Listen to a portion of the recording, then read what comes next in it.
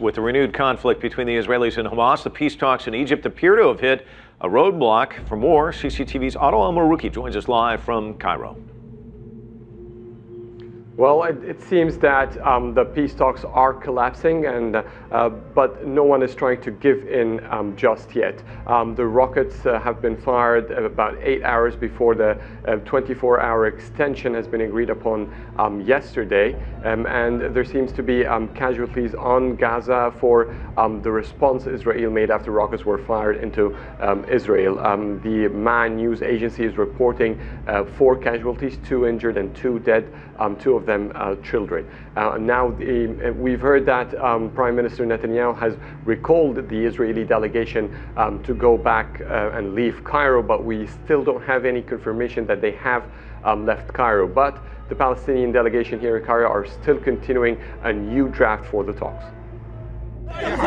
The attacks came just hours after Egypt secured a 24-hour extension to its temporary truce, and they halted talks that have been struggling for days. Analysts say both sides need a truce, yet they are a long way from a deal.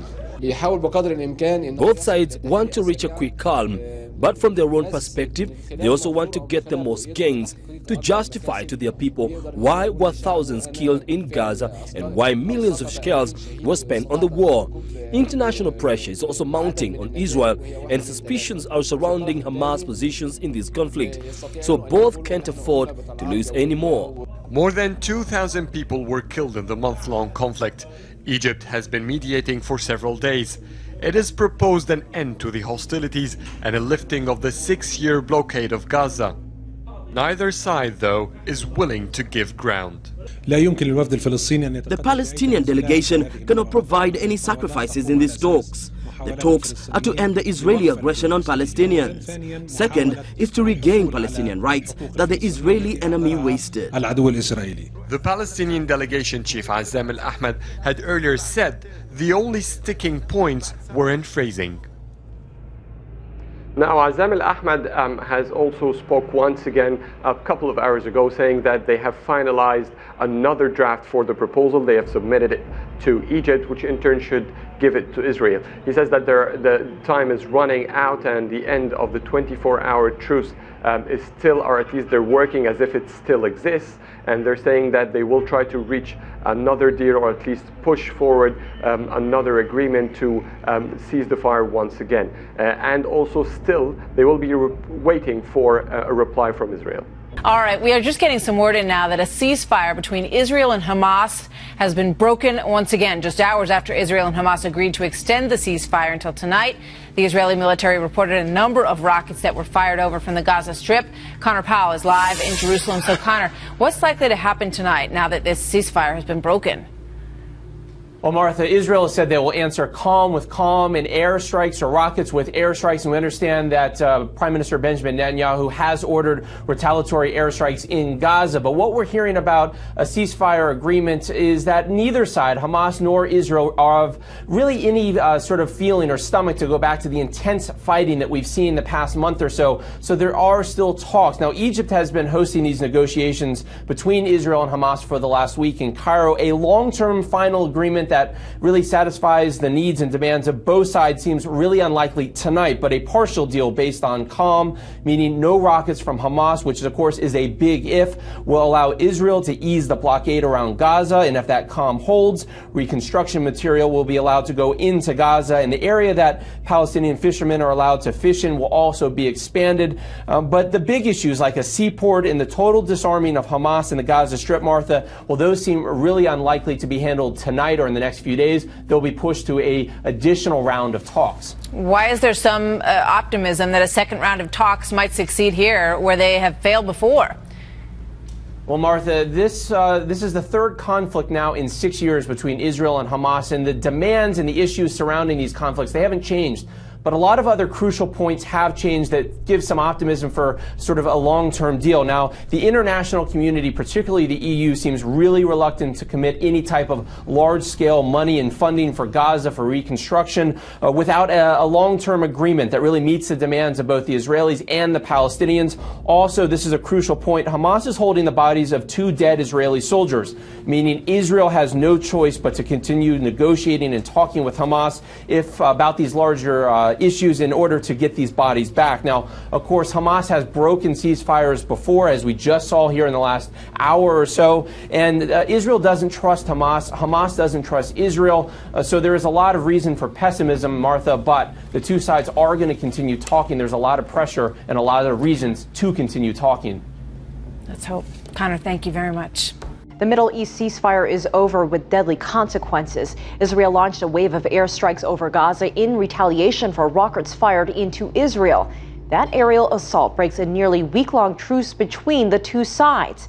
CCTV's Mahal Bardavid is in Tel Aviv. And Mahal, what can you tell us about these latest attacks? Elaine, since the ceasefire collapsed, at least 10 rockets have been fired into Israel. 2 rockets were fired into Tel Aviv, about a kilometer away from where we're standing. About an hour ago, it was intercepted by the Iron Dome. Other rockets were fired into southern Israel, into the cities of Ashkelon, Ashdod, and Netivot. The city of Ashkelon has been reverted into an emergency alert level. The beaches have shut down. The market has shut down. The municipality has called for the citizens to avoid large gatherings at the moment. Israel was fast to respond. At least 25 airstrikes took place since the rockets were first fired into Israel. Israel took at least 25 airstrikes into Gaza. The health ministry of Gaza has reported that at least 1 person was killed. A 5-year-old has been reported to have been killed, according to the health ministry. There are no reports of casualties on the Israeli side. There were signs that the ceasefire was going to collapse. Hamas spokesman had earlier stated that, and I quote him when I say, if Prime Minister Netanyahu does not understand from the language of politics in Cairo, then we will make him understand. This was the warning from Hamas. On the other hand, Prime Minister Netanyahu had visited a southern city yesterday and had called for the people of Israel to be patient, signaling that the operation might continue. Elaine? And now that the ceasefire has collapsed, what is the sentiment from the Israeli population there? Well, earlier there were findings from a recent poll that at least 58% of Israeli Jews supported the Israeli government continuing fighting until Hamas surrenders. In the meantime, there were also reports from Gaza that people are fleeing the area. Of course, the devastation continues for the Palestinians there at the moment. There is a lack of power, a lack of water supply as well. So the situation is worsening both for Israelis and Palestinians. Important breaking news from the Middle East. Rockets are flying again between Israel and Gaza as a U.S. official confirms the ceasefire has broken down. Let's go straight now to CNN's Frederick Pleitgen in Gaza City. What's happening, Fred?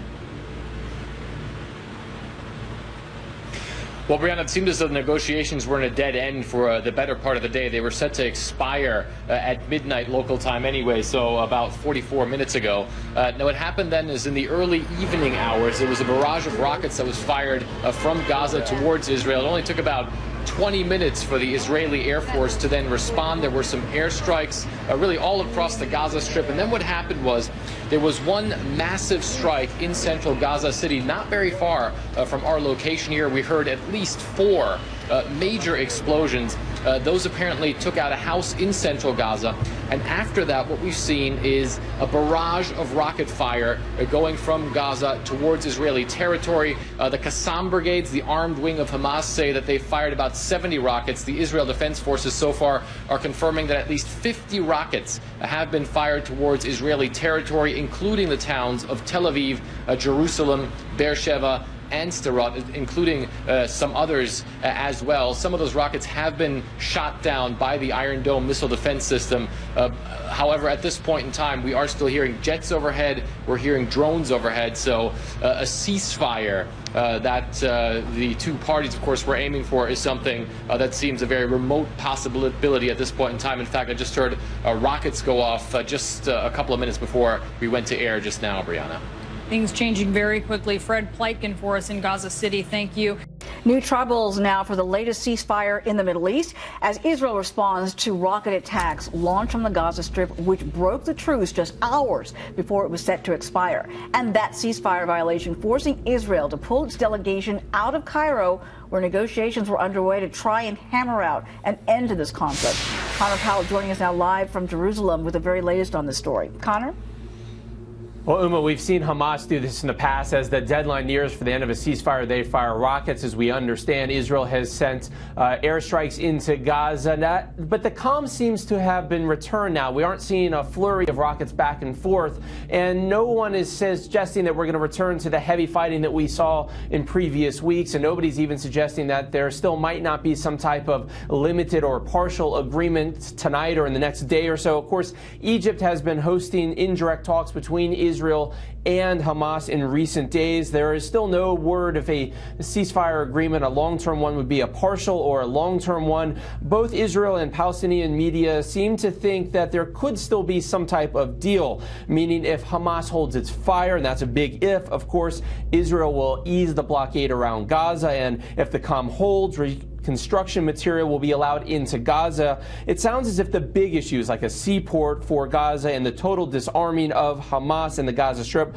will be left out of any agreement in the near term and pushed to another round of talks. Skeptics, of course, say, well, if there's calm, why would either side return to talk? But the international community is pushing hard. They appear very reluctant to commit any type of money for reconstruction if there isn't a long-term agreement that really meets the needs and demands of both Israelis and Palestinians. And also, this is a key point, Hamas holds the bodies of 2 Israeli soldiers, meaning that Israel is still going to have to negotiate with Hamas on several points if they hope to get these bodies back. Both sides are not ruling out any more talks, but Israel is saying, as always, they will not negotiate under fire. Hamas saying that they're not going to negotiate if this blockade is not going to be lifted. So, Uma, what we're seeing right now is some negotiations, but it does appear that we may be back on track for talks. Whether or not those talks lead to anything, that's the really big question. Both sides exchanging fire here just in the last few hours, but we aren't seeing a return to the heavy fighting that we've seen for the last month or so, Uma. Well, that's the good news at least, but both sides, as you say, still remain far apart on their differences. Thank you very much for that update. For more on this latest setback in Gaza peace talks, we're joined by Michelle Dunn. She's Senior Associate of the Middle East Program at the Carnegie Endowment for International Peace here in Washington, D.C. Well, once again, we've seen another apparent step backwards in the peace talks. Are both sides still pretty much hung up on the same issues, would you say? We've seen a little bit of information leaking out from the talks in Cairo about what the hang-up might be. What we see from the Palestinian side is that they're pressing for some significant opening up of Gaza. For example, opening of the Gaza seaport. Not that that would necessarily be done immediately, but they're pressing for some sort of timeline. Like that would be discussed, for example, 1 month after the ceasefire actually took hold, whereas the Israelis apparently are unwilling to agree to that. From the Israeli side, they seem to have given up on their initial goal of complete demilitarization of Gaza, but they're still pressing for something, some kind of an, for example, international task force or something to be established. In order to prevent more weapons and construction materials that could be used to build weapons getting into Gaza in the future. Is there room for compromise? I mean, it seems like we keep lurching in one direction and then the other. It seems like 1 minute where people are encouraged, it looks like maybe there's a long-term deal, and then before you know it, things collapse again. It will probably not be a long-term deal. There will probably be some set of arrangements that will be short-term, and if it's like previous agreements, many of them will not actually be implemented in the end. But both sides, both the Israelis and Hamas, need to show that the sacrifices that they made were somehow worth it, that they got something out of it. So it's important to them, at least at the time that the ceasefire arrangement is announced, that it looks as though they accomplished something. It's interesting. I was reading a couple of articles about how some of the international players really aren't sticking to the script. The Egyptian president broke from past traditions of Mubarak and Morsi and how he's handling things. U.S. government just this week delaying a shipment of Hellfire missiles to Israel, which is kind of a departure as well. Can outside players change the dynamics at all? Outside players can play a bridging role once the two parties themselves are ready to reach an agreement. But the whole region is in a period of change, of flux, and a very strong polarization. And that has clearly made it more difficult to reach a ceasefire this time than it was in previous conflicts between Israel and Hamas. The fact that you have Egypt and Saudi Arabia and certain players on one side, and Qatar and Turkey on another, and pulling Hamas and the Palestinian players in different directions. That has been very problematic. What about the United Nations or other nations getting involved? I mean, is there a role to play for the world body, or should other nations be more involved in the process? In terms of the United Nations, they have volunteered to play a role in various ways, but right now there are strong objections in Israel. There's a feeling in Israel that United Nations bodies tend to be very critical of Israel. For example, the establishment of a commission to look into possible war crimes during this conflict. So Israel is going to be resistant to the UN playing a major role, and Israel will want the United States, its major ally, to play a more prominent role. Israel will want the United States, its major ally, to play a more prominent role. All right, Michelle Dunn, with your observations on this ongoing peace process, I'm sure we'll be checking in with you again. Doesn't look like it's ending anytime soon. Thanks so much. Thank you.